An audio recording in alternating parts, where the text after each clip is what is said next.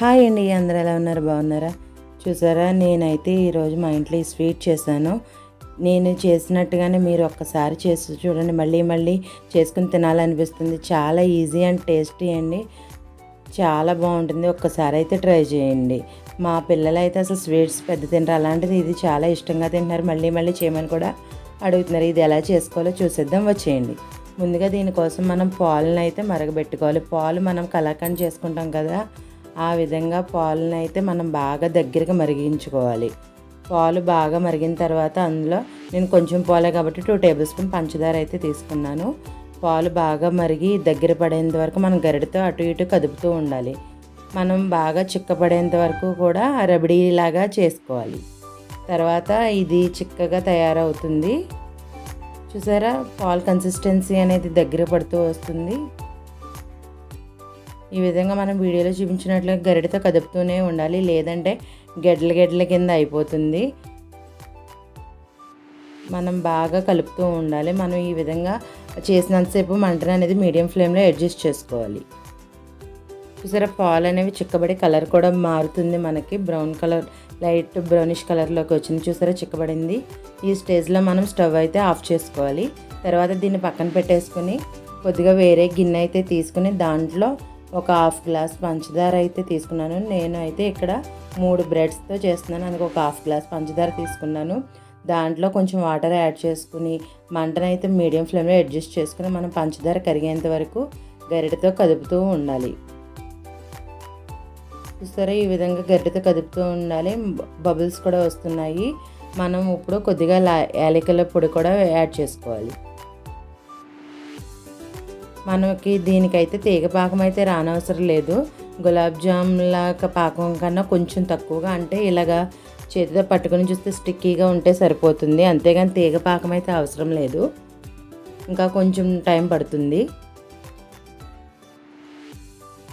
మనం గరిటెతో అటు ఇటు కదపాలి. స్టీల్ గిన్నె కదా, లేదంటే మాడిపోతుంది.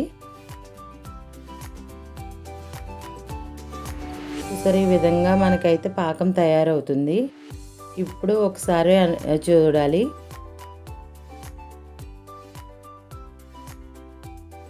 ఇప్పుడైతే స్టిక్కీగా అనిపిస్తుంది. చూసారా, మీకు ఇలా పట్టుకుంటే తెలుస్తుంది. ఇప్పుడైతే మనం ఈ స్టేజ్లో 1 టేబుల్ స్పూన్ నెయ్యి అయితే యాడ్ చేసుకోవాలి. నెయ్యి యాడ్ చేసుకోవడం వలన స్వీట్ అనేది చాలా టేస్టీగా ఉంటుంది. అంతేకాకుండా పంచదార పాకం కూడా గెడ్ల కింద కట్టకుండా, చల్లారేకి కూడా గెడ్ల కింద కట్టకుండా ఉంటుంది. సరే, నెయ్యి అయితే నేను 1 స్పూన్ యాడ్ చేసి తర్వాత స్టవ్ ఆఫ్ చేసేసాను. ఇంకొకసారి చెక్ చేసుకుంటున్నాను నేను కన్సిస్టెన్సీ. అది ఈ బట్టి మీకు బాగా కనపడుతుంది, స్టిక్కీ. ఇప్పుడైతే మనము బ్రెడ్స్ని చూసారా, నేను ఈ విధంగా వీడియోలో చూపించినట్లుగా 4 సైడ్స్ ఉన్న బ్రౌన్ పార్టికల్స్ని అయితే నేను తీసేసుకుని తర్వాత డైమండ్ షేప్ వచ్చేటట్లయితే నేను కట్ చేసుకున్నాను.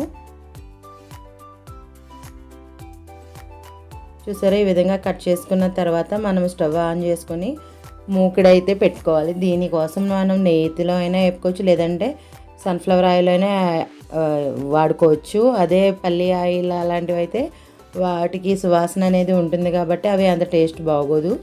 నేనైతే నెయ్యిలో కాలుస్తున్నాను, వేపుతున్నాను. చూసారా, ఈ విధంగా బ్రెడ్స్ అనేవి లైట్ బ్రౌనిష్ కలర్ వస్తున్నాయి. మంటను అయితే మీడియం ఫ్లేమ్లో పెట్టుకుని మనం ఫ్రై చేసుకోవాలి, లేదంటే మాడిపోతాయి. చూసారా, కలర్ మారుతుంది మనకి. ఈ విధంగా అటు ఇటు టర్న్ చేసుకుంటూ ఉండాలి. ఇప్పుడు కలర్ అయితే మనకు బాగా వచ్చింది. ఇప్పుడు ఈ బ్రెడ్ స్లైసెస్ అనేది మనం తీసుకుని పక్కన పెట్టుకోవాలి.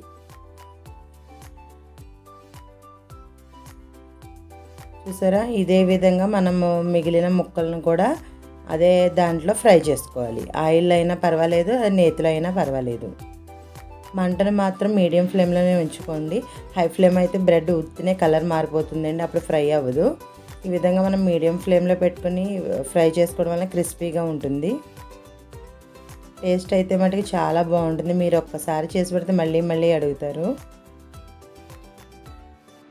సరే, కలర్ అయితే మారినాయి. వీటిని కూడా నేను తీసుకుని పక్కన పెట్టేసుకున్నాను. ఈ విధంగా మిగిలిన బ్రెడ్ ముక్కలను కూడా నేను ఫ్రై చేసుకున్నాను. ఫ్రై చేసుకున్న వాటిని అన్నిటినీ కూడా నేను ఒక ప్లేట్లోకి అయితే తీసుకుని పక్కన పెట్టుకున్నాను.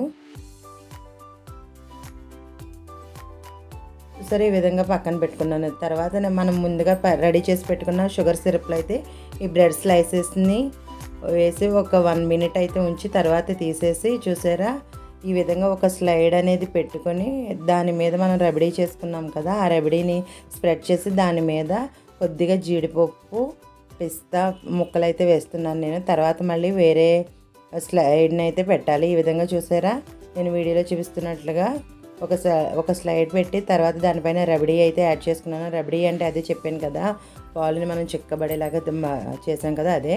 ఈ విధంగా డ్రై ఫ్రూట్స్ పెట్టుకొని తర్వాత మళ్ళీ ఆ షుగర్ సిరప్లో ఉన్న బ్రెడ్ స్లైడ్ని అయితే తీసుకుని దాని మీద పెట్టేసుకున్నాను. అంతేనండి, ఈజీగా తయారైపోతుంది.